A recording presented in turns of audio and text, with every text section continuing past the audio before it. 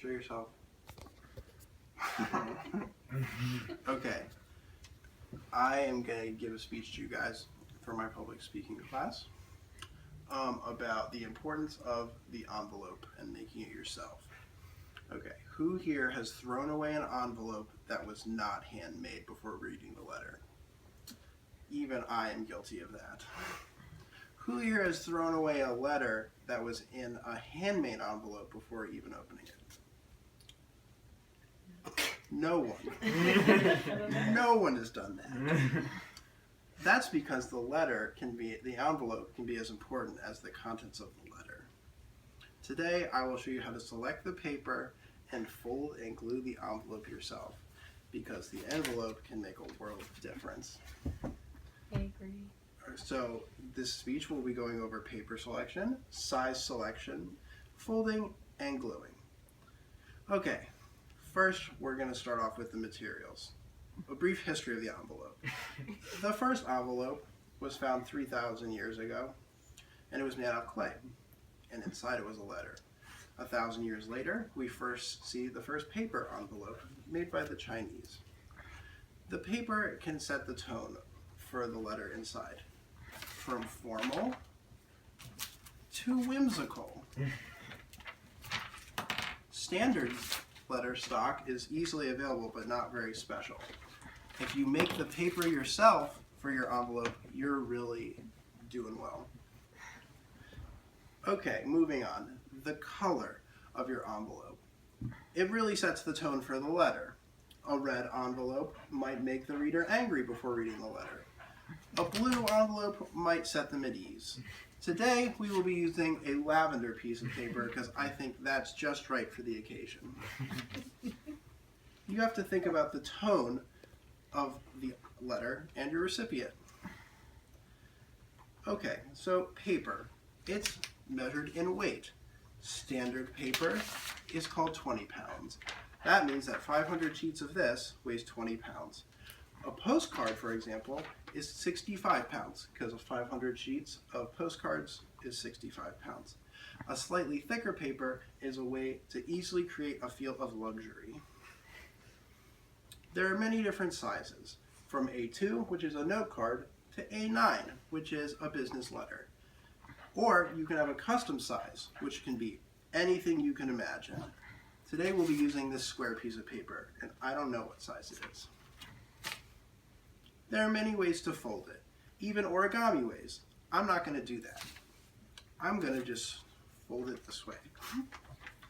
First, you take these two sides and you put them to the middle, like that. See, guys? Then you put them on your hard surface and you press down. So then it looks like this now. Now we're really getting to it. Then you take this little corner down here and you fold him just about halfway up so he's nice and comfortable right there. Press him on your hard surface and press down. Once you have that done, you're going to fold it up on these sides. But before we do that, you have to apply some adhesive. You can use anything from rubber cement to regular cement to stickers. I'm going to be using a glue stick. So you apply the glue stick to the sides of the paper, that side, and now this side. Oh, It's fascinating, yes. And then you press down firmly yet gently. At this point, I would put my letter inside. I won't do that though because all my friends are right here. So with the non-existent letter in there, you fold this part down. Now the magic happens. You put a little glue on the top of the corner, right there, and we've gone from a regular sheet of square lavender paper to an envelope. Then you fold it down, and that's all there is, folks. Think about the most important letter ever written in the history of the world. Got it? It probably wouldn't have gotten to its destination if it hadn't been in an envelope. That's a world I don't want to live in. So in addition to that, I think that we all need to free ourselves from big paper, because corporations have enough of this country, and we need to get back to basics and start making our own envelopes. In addition to that,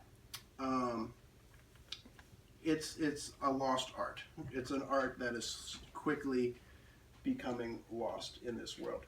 Handmade paper crafts. I think that's really important. So the envelope, it creates a special impression before the letter is read. There's just a few steps to doing it. You got to select the right paper, whether it's a piece of square lavender paper, a piece of standard white paper, or some sheep tissue paper, which I don't think would make a very good envelope. But then you have to make some crisp folds, and then you have to use the right adhesive, and you have a beautiful envelope.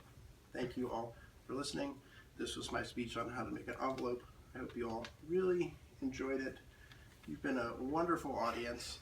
I'm pretty proud of the result. Feel free to take what you've learned here and expand on it at home and put your own twist on it. I hope that you share this knowledge with other people, because again, it's a really important thing, and it can make your letter stand out in a mailbox full of regulars.